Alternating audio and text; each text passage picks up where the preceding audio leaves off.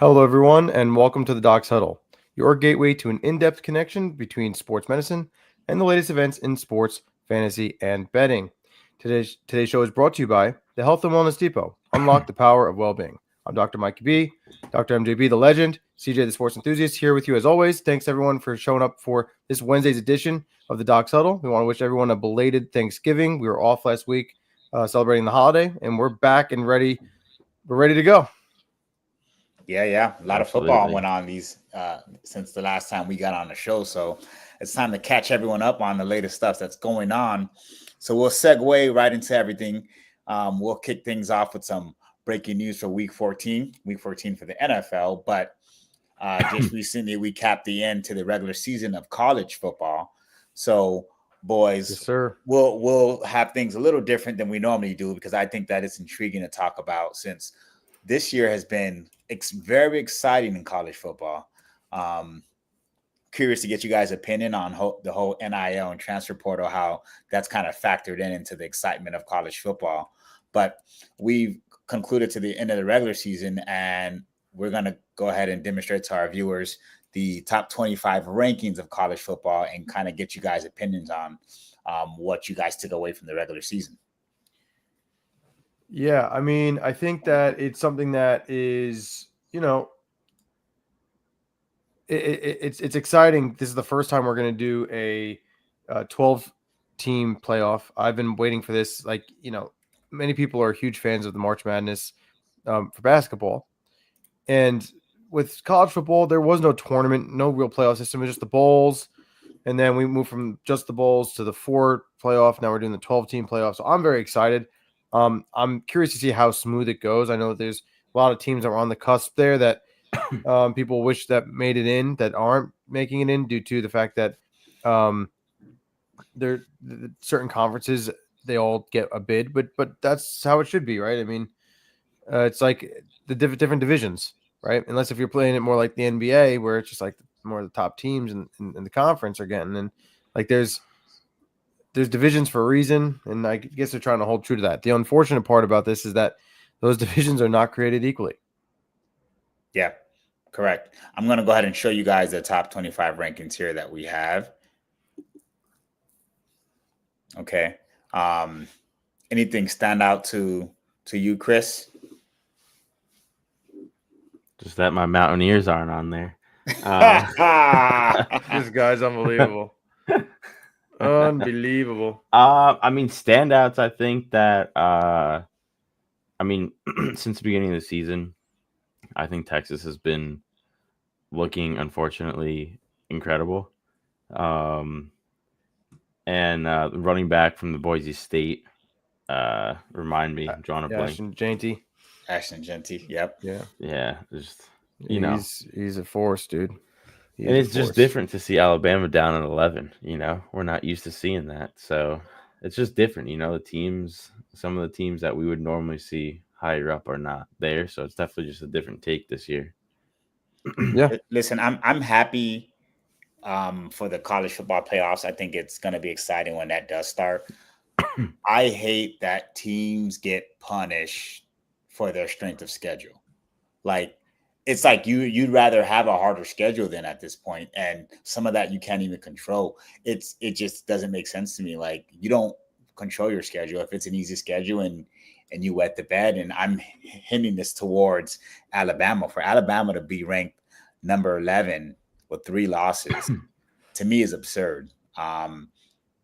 It's just absurd. And I know they had a stronger strength of schedule than, let's say, University of Miami, but Miami's potentially going to miss the playoffs, and they are. No, they are going to. They have a much better record. They don't control their strength of schedule. Now, granted, did they wet the bed with some teams that were less than them? Yeah, sure, but like, those weren't terrible teams. Like Syracuse, only lost 3 games. Like, they're not terrible.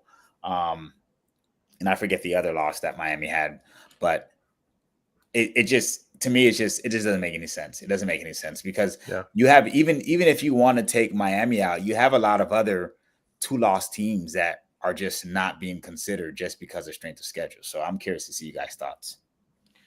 No, I mean, I agree. And listen, I'm certainly biased because you can kind of see some of it here. It's a little bit cut off, unfortunately, but you could see that on a show on this was just, you have your four buys. Those are going to belong to the conference winners, and do all four of those teams necessarily deserve buys? No, and that's just another example of how like some of these teams are going to be getting in there when, in actuality, teams like Miami should have made it in. Now, I will say this. I mean, they were an ultimate disappointment where they didn't even get their ticket to the ACC championship. So, in my opinion, their entire season, despite the success that they had, was a complete failure. It just because they couldn't win in their own conference, and not for nothing, but the ACC isn't that strong. I mean, they got some powerhouses like SMU. Clemson is okay, but you know what I mean? Do you disagree? No. I don't disagree. And yeah, that we are definitely going to hold against Miami, right? Because like your conference, you don't have a lot of conference wins, and you should have more than what's actually shown. But even if you put Miami aside, look at a team, and don't laugh when I say this. Look at a team like Army, right? Do we think Army's going to beat any of these teams? No. But if we talk about just what they have done all year and should they be eligible, I think, yeah, the disrespect to Army is crazy. I mean, again, I don't think Army beats anyone there.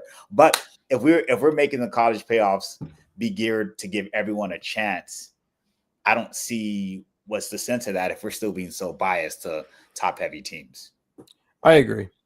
I don't think I agree. I mean, and then someone like myself, no offense to Alabama fans, but if you have 3 losses and you're in here when there's teams with less, less defeats, I'm rooting against you. I mean, and I'm a guy that. I find it interesting because I was doing some research, and it says that out of the college football rankings, the top 2 teams with the hardest schedule were Georgia and Alabama. So I see what you're saying, MJB, how, it's interesting that, the strength of schedule plays such a factor versus the win-loss ratio. It's just interesting. Yeah, because other teams, like, they don't have the opportunity to play some of these other teams to prove themselves. I feel like this is the University of Central Florida conversation all over again. Correct, because like Army, how many? And I hate to use Army. I love Army. Well, but who doesn't, right? USA. But like, how many chances are they going to get to play a top heavy team? Like their strength of schedule is never going to look anything like in Alabama or Georgia. On their best, it could be a year they have a pretty strong schedule. It'll be nowhere compared to what Alabama or Georgia's schedule will look like, just for simple fact of the conference that they're in. So it goes to show you that, yeah, the playoffs will help certain teams, but teams that unfortunately are not in like the bigger 4 conferences are just going to be, missing out. And that's kind of what the tell of the tape has been.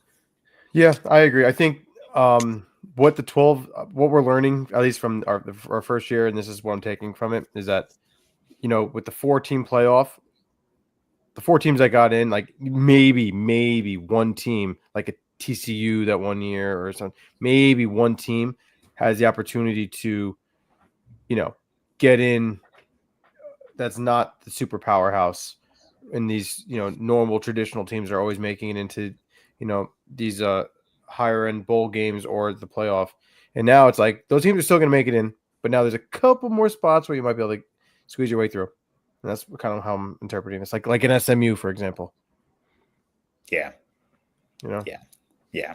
Still 2/3 of the playoffs are still Big Ten and SEC, so it's crazy. But we'll pivot on into our next segment of the show. Now we're getting into the stuff, our bread and butter of the show. This is where we have our doctor's rounds, where we'll talk about the latest sports injuries that occurred this past weekend and how they can potentially impact their teams. So let's go ahead and kick things off and talk about the Christian McCaffrey injury. These are the list of players that we have here. We'll start off with Christian McCaffrey, but we'll dive into a little bit about Trevor Lawrence and move around into the guys that we think will be pertinent for this upcoming week. So Mike, I know you want to share some insight on the Christian McCaffrey injury, the PCL injury that he suffered this past weekend. So I'll go ahead and give it away to you. Yeah. So we talked about this 2 weeks ago with the Dalton Kincaid injury, and he also suffering from a PCL sprain. Now, it seems as if Christian McCaffrey's is worse from what little detail we can gather. But I wanted to address it again because I'm hearing a lot of different things on something as simple as ESPN or, wherever you're going to find this knowledge. They're talking about, oh, was it a non-contact injury? And a lot of people are seeing the play where it was the sweep out to the side on the right side of the field where he took the toss, ran maybe a couple steps, and then immediately slid down, and because he knew he couldn't go. The injury did not occur there. Okay, and I think that's what's something that we want to hear about. Like, this was actually a contact injury. This was contact with the ground, right? So we call it non-contact because someone didn't come into them. But this wasn't like a pivoting injury. This was sheer blunt force trauma to his shin by landing on his knee in a particular position that compromises your PCL. So we're gonna share that just so people can kind of have a better understanding. Now, bear with us. This is pretty much the best image that we can get. We're gonna thank CBS Sports for this one because it's been very difficult to find the play before the play in which he slid down. So if you're looking here. Okay, you're going to see him right there when he came down, and I'm going to bring that back. Okay, and let's bring that back again. Right there when he came down. I think we can get one more view right there. Unfortunately, that's being missed. But if you're looking, okay, maybe you can see my cursor here. See how the knee is bent at approximately 90 degrees, and then he came down? Well, this position is when the PCL is most vulnerable. So this is actually like a freak accident, right? Where he is landing, falling forward with his knee bent at that 90-degree position. And if you recall from our show 2 weeks ago, right, if this is the tibia, the bottom bone, and this is the femur, the top bone, as I come down and I'm in this 90-degree position, the tibia is stopped by the PCL when moving backwards.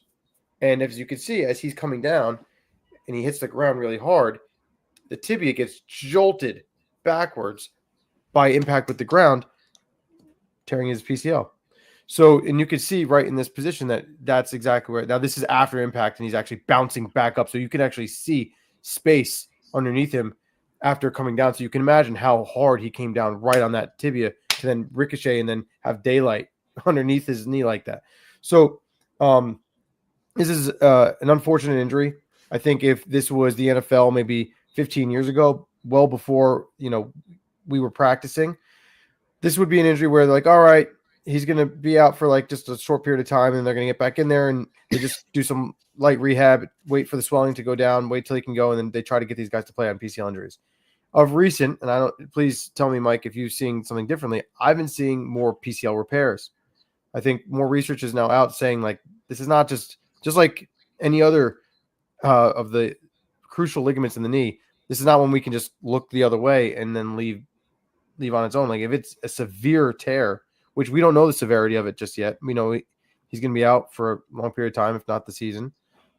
I know it says season-ending injury right here, but I'm hearing all different things. He should be out for the season because if it's severe, he should be operated on just like your ACL or your MCL or your LCL. Yeah, so I'll shed light into that. I had a patient ask me the same thing about how the injury occurred, and I was like, trust me, there is no way that you are tearing or injuring your PCL just sprinting out to your right on a toss. That's it's just impossible.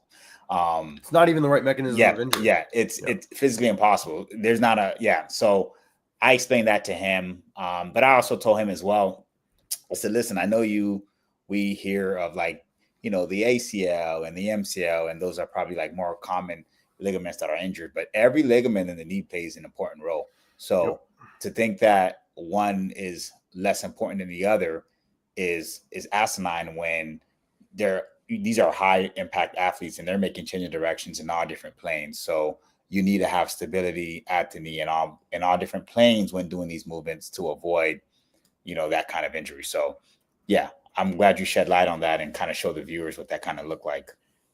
Yeah, absolutely. And so when looking at this, obviously, like you said, you're not going to really see in most of the replays where he actually injured himself, except for, and I'll bring it up one more time, except for in this particular position, because it was the play before when he came down on the knee, landed on it, and then caused that jolt moving backwards.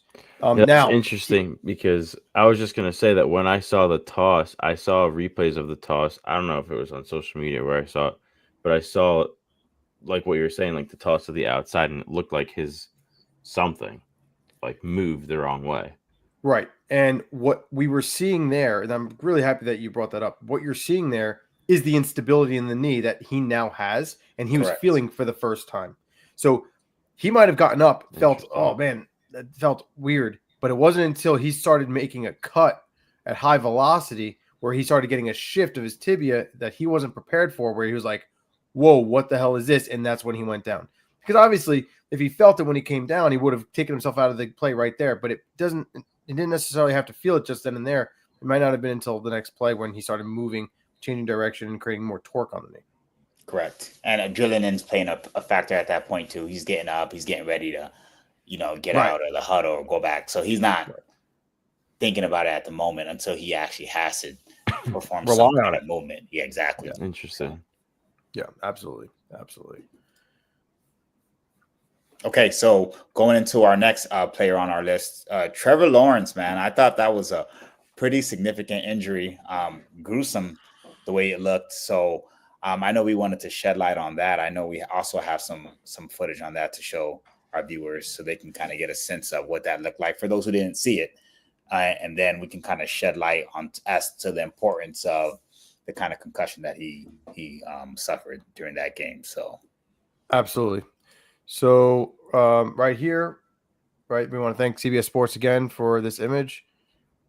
Trevor Lawrence is rolling out to the weak side of the field, and boosh, right then and there. Now, if you look, I'm going to bring it back, or I don't have to actually, right here, right there. Okay, so he came down, right, as he's sliding, he got hit in the head, which then ricocheted right off the turf. This is literally a 2.0 type of injury. If you could see, that left arm goes into this extended position. This is called the decerebrate position. Okay, this is a primitive neurological position that occurs when we have a brain injury. So a concussion is a brain injury. And so he immediately went into this position where he jolted back, and you can actually see the other side start to flex on both sides, and his left leg and left arm are starting to straighten.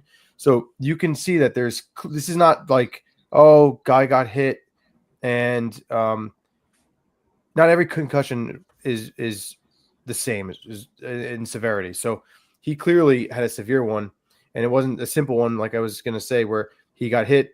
It was a concussion. All concussions are significant, but this one is much greater in severity. So he might be dealing with these. Like me not being in the medical field, it's just interesting. What can you repeat again what that position was? Sure. So we have two positions that we can see when there's an injury to the brain, right? One of which is called the decorticate position, which is when our arms come up into this position. Many people, if they've seen someone with a stroke or something of that nature, is that his right arm or not necessarily? Well, and that's what I'm mentioning. It's hard to tell in this photo, but you can. I'll rewind it. You can absolutely see the left arm go into the other position, the decerebrate position, where the arms can go into the extended position. So this left arm absolutely. So I'll rewind it before you take it off. Before you take it off that, so when it's in that position, is that a more severe concussion than the other arm position? Great question. Not necessarily. It's just one is it's just an indication of a particular injury to the brain. So one doesn't necessarily mean it's more severe than the other. But as he's coming down, boom, and you can see how it's just straightened out immediately. It went like this. Mm-hmm. That was that indication right there, and we'll see it one more time. Yeah, and if actually looking at it, his right arm did go into a flexor synergistic pattern. So you're good catch on your part there. So it was both, which is unfortunate. It's definitely something that we don't condone.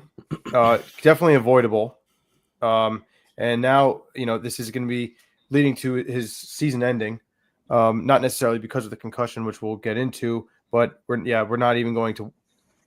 They're not even taking a chance with where the Jaguar season is gone, the severity of this head injury. Let that heal, and now they're going to take care of some other things. Yeah, and Mike, can as you? of real sorry, quick, go ahead. can you replay that video one more time? Just kind of want to see something. Sure, absolutely. From the top. Yeah. All right, so we're here. So this is him rolling out to the weak side of the field, taking a slide before taking that hit right there. Yeah. Yeah. So it makes you wonder See how it. How we in school, we always would talk about like cool, counter cool, and different severity and how the brain, the injury of the brain in terms of, it's kind of like a whiplash within the brain and the brain bouncing off the skull. I wonder to what severity if someone can actually suffer multiple kind of brain damages in one incident, right? So it makes you wonder, because we kind of see both, right, with the cerebellum and the corticate. So it just makes you wonder, is multiple parts affected? And right. That's why the severity of this could be very substantial. It could be pretty bad, but that we don't know yet until we find out more. But it's just interesting to see. That's why I wanted you to replay that. Yeah, that's a great point. I'm glad you shared that. And this is, for those who don't know, this is someone who's Dr. MJB, the legend, not only working in sports and orthopedics like myself, but also has even more experience than I do working in the field of neurology, working with all different types of traumatic brain and spinal cord injury. So if anyone's seen it in this group, it's definitely been you. Yeah. And I'm curious to see how he bounced back. This is one of those things that it's a slow process, right? Because you want to ensure that he's returning healthy, and he has a series of baseline tests that he'll have to take and pass even before he can even consider trying to do any physical activity, as simple as walking on a treadmill, right? So they have to make sure cognitively everything's kind of intact. So yeah, that's definitely an injury for us to continue to follow and monitor as time goes on. I agree. Yeah, and then bouncing back earlier today, Ian Rappaport had some breaking news a little over, I think about an hour or two ago. Hour and a half, maybe, yeah. Yeah, Trevor Lawrence is going to miss the rest of the season. And, started off with that concussion, which we played plenty of times over.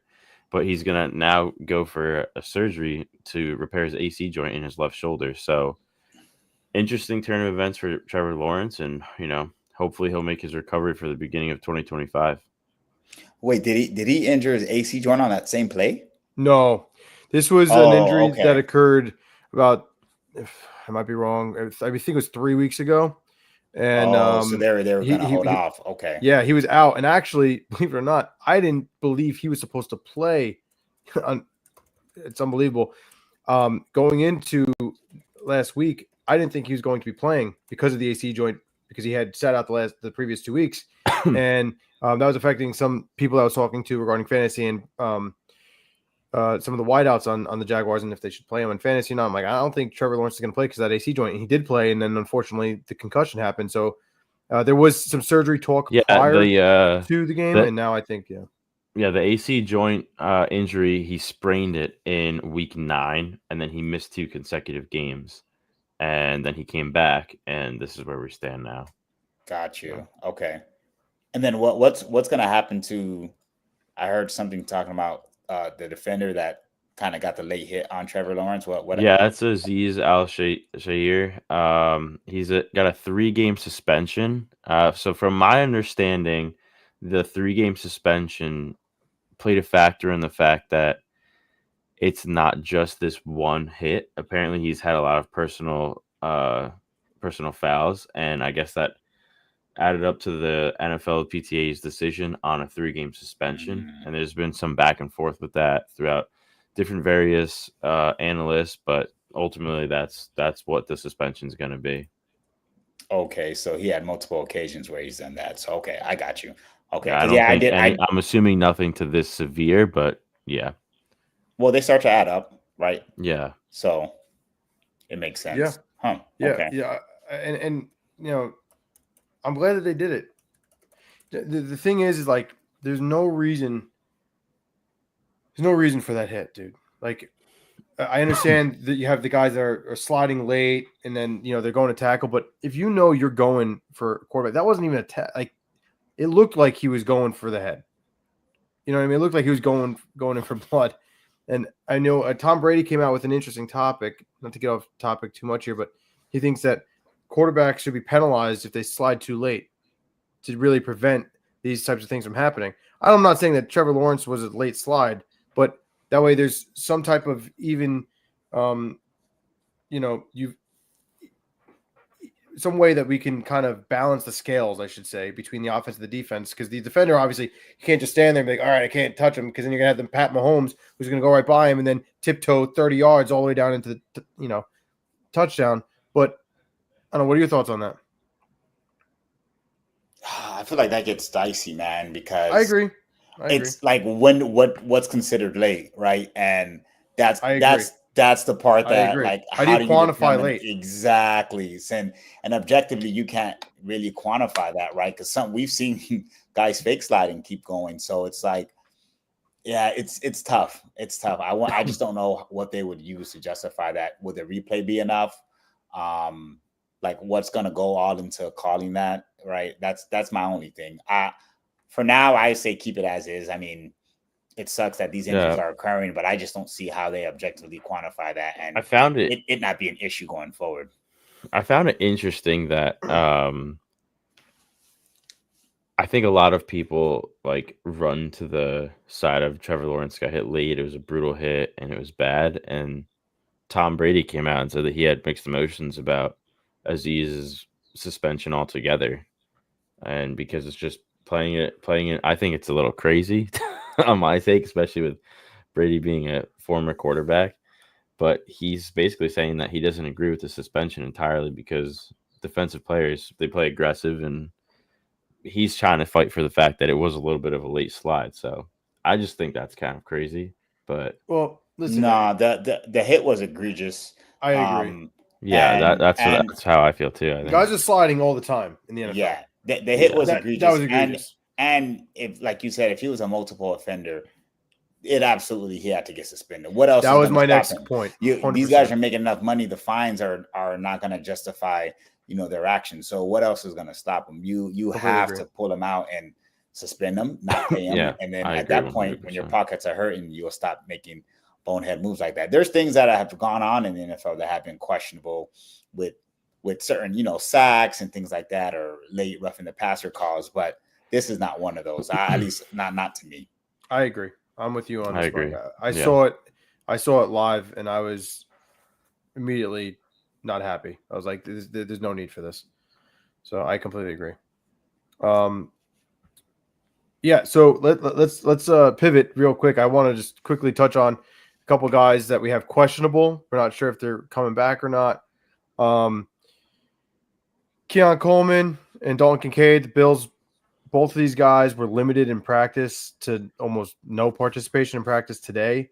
So everyone just keep an eye. If you have guys on, like I have Dalton Kincaid on my fantasy team, keep an eye on the injury report as it's leading up to Sunday, because I don't think we're going to know about either of these guys' availability until Sunday. DJ Moore, quad, did not practice today. That one, he's listed as questionable. I think that there may be a little less of a chance just because he hasn't even practiced yet. Tommy DeVito listed as questionable. He's going to be going as QB2 because of the forearm injury. Drew Lock did get the start. And Breece Hall, he's listed as questionable as well. However, he did practice briefly today, and he is projected to start on Sunday. Good. Thanks for the update, Mike. Yeah, I think the first two were very paramount to talk about, Christian McCaffrey and Trevor Lawrence. Absolutely. Very, very insightful stuff on the PCL injury and obviously the concussion, man. That, I don't know, if he did have both, things happen that we mentioned, I think that could be very significant to what his future looks like. I know we always talk about Tua, but man, this one was a pretty rough concussion. So we'll see going forward, and we'll keep you viewers, we'll keep you updated on that progress as time moves on. All right. So pivoting on to our next segment of the show, we have our roster triage where we do our fantasy start 'em and sit 'em. Okay. We tell you which players you should sit for the week and the one you should start to try to see if we can help out your fantasy team. So I am going to have Chris, the sports enthusiast, take us off away and start with his start him and sit him. Yeah, I mean, I'm not just gonna sit Kirk Cousins, but man, if you got other quarterbacks, drop him. I don't know what I don't know what's going on with Kirk Cousins, but man, like it's been painful. Like I had Kirk Cousins last week, he gave me 2 points. The week before that, he gave me 4 points. And don't get me wrong, he's gonna have his breakout games here and there. Week 16, I'm sure, playing the New York Giants. But I mean, like he's kind of on a decrease right now. I don't know what's going on with that offense. And I've mentioned him before, but Mr. Unlimited Russell Wilson, he's on fire. I mean, I was shocked by how well he played last week against a divisional opponent, the Bengals. Like, what are your guys' thoughts on that? I understand that the Bengals defense is not, all there, but 3 touchdowns for 414 yards. I mean, against a divisional opponent. Listen, I never thought that Russell Wilson was washed. I just thought that he was in a bad situation.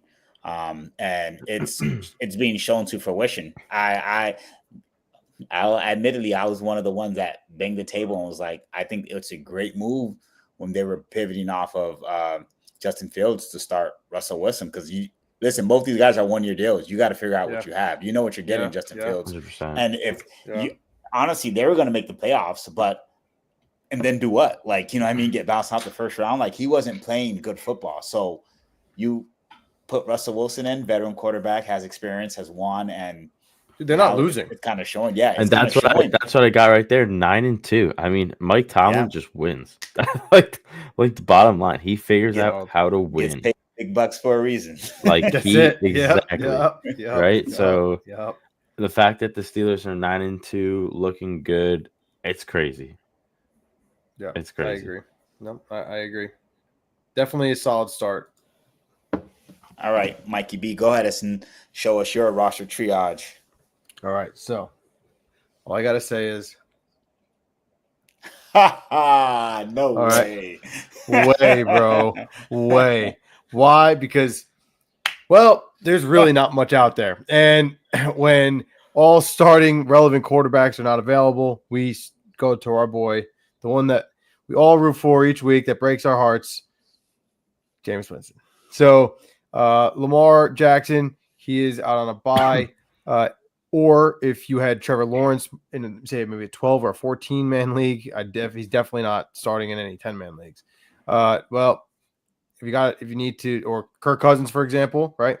If you don't want to start Kirk this week, it's a risky. Listen, this is a risky start, but it could pay off. But everything with Jameis Winston is a complete gamble, and that's what I like about it. They're playing the number 1 ranked against the quarterbacks, Pittsburgh Steelers, in fantasy. So why would I start Jameis Winston? Because it's Jameis Winston. This is a divisional game, and we're gambling. Either he's going to put up 6 points or he's going to drop 28 despite throwing 3 interceptions, okay? Last week, 5 touchdowns, 3 interceptions, 2 pick sixes. I'm not even kidding you. This was the most exciting football game. Yeah. 4 touchdowns. 4 touchdowns by mistake. It was over 500 yards. My mistake. Over 500 yards. 497 yards. Hey, I got the stats. I got to call your ass out. Yeah. Okay. Fair. 497 passing yards, 4 touchdowns, 3 picks, 2 pick sixes. I mean, most exciting football game of the year. I said it. It was exciting. So now I got a question for you. Week 14, famous Jameis playing Russell Wilson. You got to pick one. Who are you playing? I'm going to play Russell Wilson. Okay. What about you, MJB? I don't know. So listen. Play Jameis. Listen. That's what I'm saying. No. Listen. And this is the thing with Jameis. And this is what I'm saying. It's okay to play Jameis. I just gotta say one thing. Did you hear Jameis Winston's press conference when he just prayed to the Lord about no more pick sixes? Yeah, he wants to be delivered from pick sixes. Lord delivered him from pick sixes. Listen, Who doesn't? If you don't like Jameis Winston, you're not a fun person. I love that he's unapologetically himself. And it's great. It's listen, absolutely great. It's refreshing, honestly. What's funny was before he was saying that he needed LASIK surgery, and that at one point he thought Bruce Arians. Bruce Arians was black. So I'm like, all right, well, yeah, he thought Bruce Arians. He said for the longest he thought Bruce Arians was black. So which is amazing because at least ain't gonna fix that. But what's crazy is I thought he had the operation, and you're still throwing picks. So no, it's just you, James. It's just Jameis. It's just James. But the reason, Chris, it's hard to actually pick that is because from week to week, I don't know what I'm gonna get from Jameis. I know he's gonna do his best, and I know it could be a week where he has 300 yards and 2 touchdowns, or it could be a week where he has 300 yards and 3 interceptions. Like he's gonna throw the ball. Like so, I just don't know what I'm gonna get that week, man. My interpretation was this to your question. Russell Wilson, I know I'm not going to get great production, but I'm not going to get terrible production. Middle of the pack, it's like, okay, this is a safe bet. Maybe I'll hit 20 points and move on. With Jameis, it's boom or bust, baby. You could put, like I said, you'll get 6 points, or you're going to get like, I don't even know how many. You know what I mean? Like, hold on, we just gotta play 5 seconds here. We can't hear it, Chris. Oh. It stopped playing through. Well, he's praying to the Lord to deliver him from pick sixes. I love it. That's it. You gotta love him, man. You gotta love him. 100%. So you know what? I take it back. I'm not gonna start Russ. I'm starting Jameis. All right. We're going for the W, baby.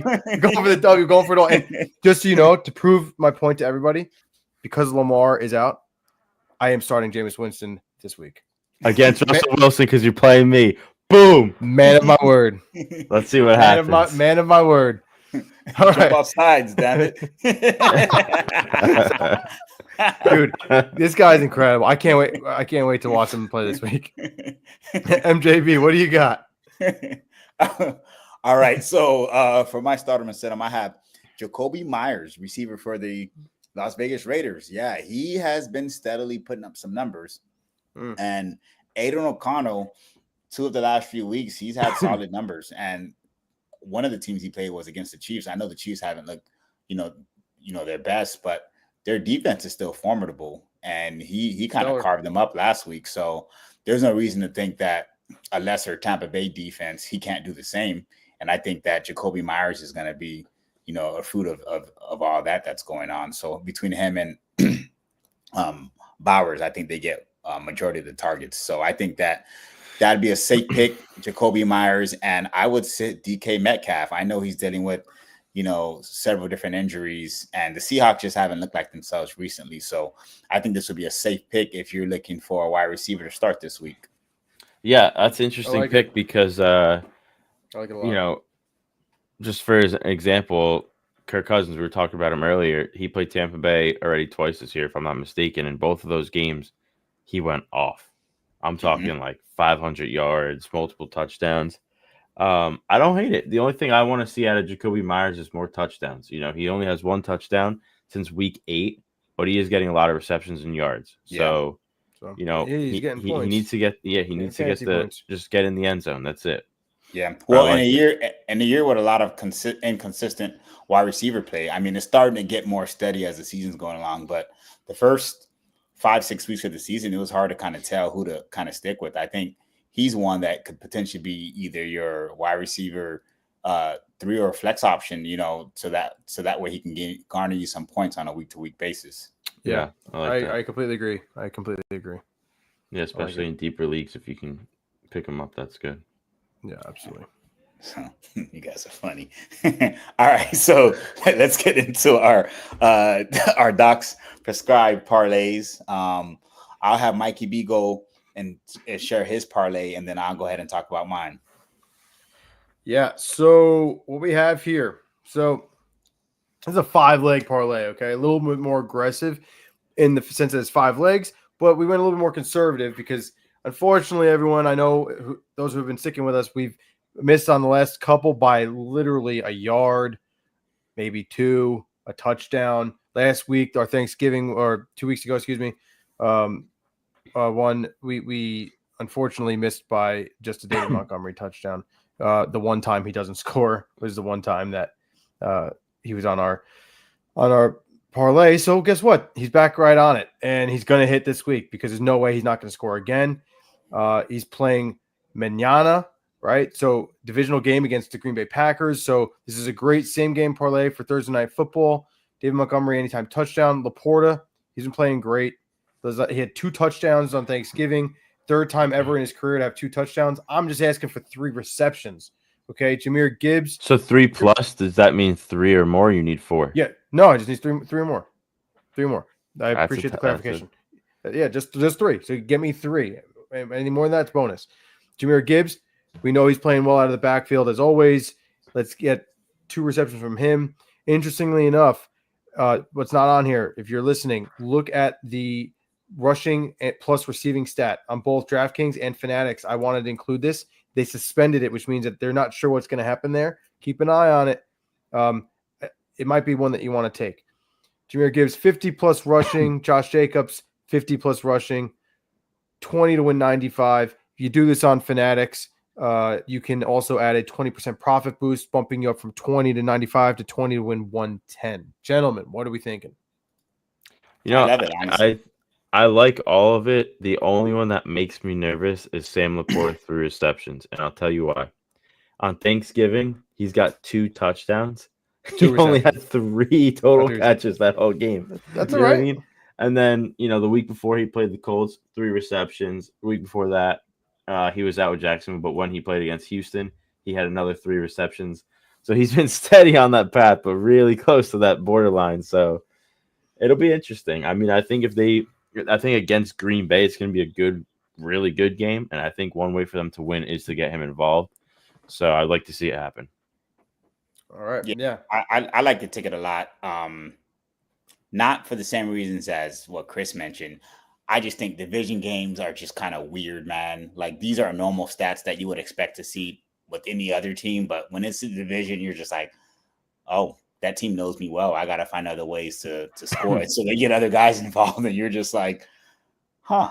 I'm hoping that's not the case. But if I had any inclination as to, but that'd be my only thing. But otherwise, I think all of that's achievable. Yeah. Listen, it should hit. It's only plus 375 odds. All these guys are going to be the staples in the game, right? So they're getting their touches and they're getting their opportunities. As long as they just show up and do their jobs, they should earn us all money. Okay. Yeah. And, one of our loyal listeners, Colin, a.k.a. DeBlarf, is also agreeing that this is the ticket to take, everyone. So I'm feeling good about it. I really am. How about you, MJB? I know you got a ticket for us. Talk to us. So, first of all, I want to let the viewers know that if you took the parlay I posted 2 weeks ago, your boy made you some money, okay? And I'll go ahead and recap that so you can see what that was like. Let's hear it. People thought I was crazy. Even Patience. I told Patience about my parlay, and they're just like, "There's no way." I was like, clearly they don't know. You with little faith, like you do not believe. Did you explain why you called the legend? No comment. So this ticket 2 weeks ago was a $25 parlay. It was a 3-leg parlay, $25 to win 118. I had Jerry Jeudy going for 47.5 receiving yards. Now I thought he was going to start playing well. I didn't know it was going to look like this. No, but I love it for him. Absolutely. I had same with Bryce Young. I had him 1 passing touchdown, and he's looked great the last couple of weeks. And then I had Josh Jacobs going for 69 rushing yards, and he hit as well. So if you want to make some more money, you're gonna roll with your boy this week. Okay, this week, my parlay is. Give me a second. Bear with me. I didn't get a chance to post it up, but this is what we have here. It's a 3-leg parlay. You bet $20 to win 120. Okay, $20 to win 120. I have Will Levis passing for over 208 yards. Okay. I know, sounds crazy. I have Alvin Kamara rushing for 80 yards. This is against the G-Men, by the way. So yeah, if you've been watching any football, that's a lock. You kind of want to add that to your ticket. That's a lock. I should add that to my ticket. That's how much of a lock that is. Make that a 6-leg parlay. And then I have Green Bay's kicker. I think Lions defense is phenomenal, but I think Green Bay can move the ball. I have their kicker getting 1.5 field goals. So you take those three, you get $20, $120. Yeah, I mean, Will Levis. Titans are playing the Jags, right? Yeah, Will Levis last 3 games, he had 212 yards against Washington, 278 yards against Houston, 295 yards against Minnesota. So he's hit over 208 for 3 weeks straight. He had 2 touchdowns in 2 games and only 1 touchdown against Minnesota. He's been very productive. Yeah, Jacksonville has been on a decline, so he should hit. The only thing I don't like is that it's a divisional game, and you never know what could happen. And listen, I was gonna wait till our 2-minute drill here, but I'll spoil it right now so you guys know where I stand. I'm taking the Jaguars to win this game. Historically, in that division, the Texans always beat the Jaguars, and the Jaguars always beat the Titans. The Jaguars, for some reason, have the Tennessee Titans number. Even though Trevor Lawrence is down, I think, they have a decent backup. I think that they're going to be formidable, and that defense, I think, is going to show up. Don't be surprised if they pull out the W. Now, you can still throw for 208 and they lose. So, that's all I care about. Yeah, we don't care if they lose. So, whatever. But exactly. So, I hope it hits. I really do. I like. Yeah, that's all I care about. Win or lose. Listen, if they're losing, well, damn, throw the ball. Right. All right. So moving on to our last segment of the show, we have our 2-minute drill. This is where I'll go ahead and pick winners for tomorrow's game and this weekend's games, and we'll kind of see what my record fares out to be. We didn't get to do this last week because we're on Thanksgiving, so we'll pick things back up where we left off this week. Okay. So when you gentlemen are ready, you guys will go ahead and hit the timer for me, and we'll get the clock rolling. Hold on 1 second.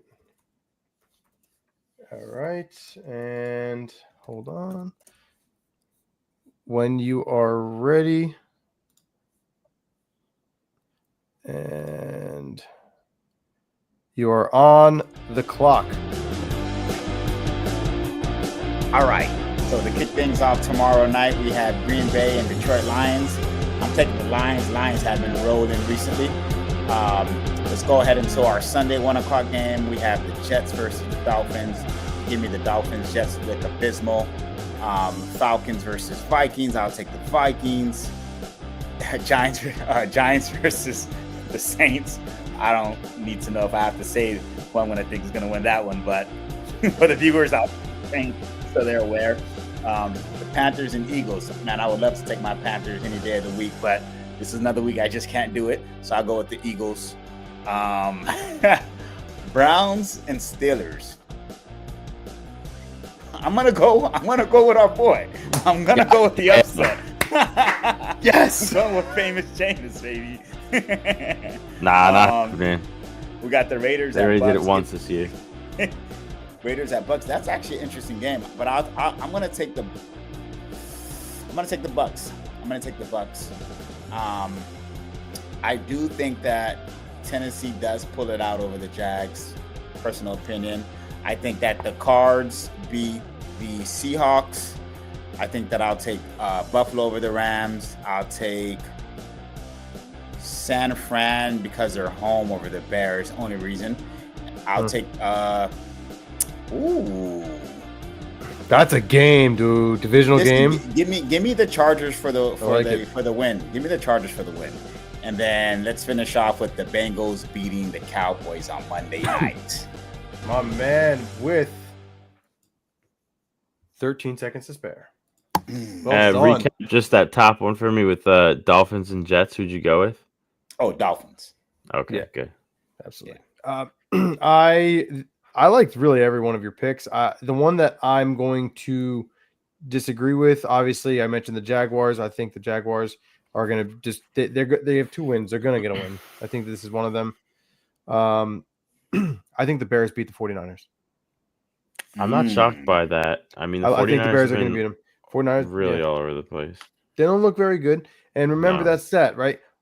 Over 80, I think it was 4% or something like that of teams when they fire their head coach or their quarterback or they bench their starting quarterback, they get a win. Well, remember, if 84%, right, that occurs and they get a win, the New York Giants both benched their starting quarterback, released him, and they didn't get the win. So that's going to go to that 16% where it doesn't happen. I'm saying that the Bears go in there and they handle business in San Fran and they actually get a W. Yeah, and for me, earlier in the year, Cleveland and the Steelers already played once. Cleveland won against the Steelers. I don't think they're going to do it 2 times in the same season. I'm going with the Steelers. It's logical. That Browns defense is real, man. It's real. I wasn't sold on the Bears and 49ers game. I just went with the home team. Because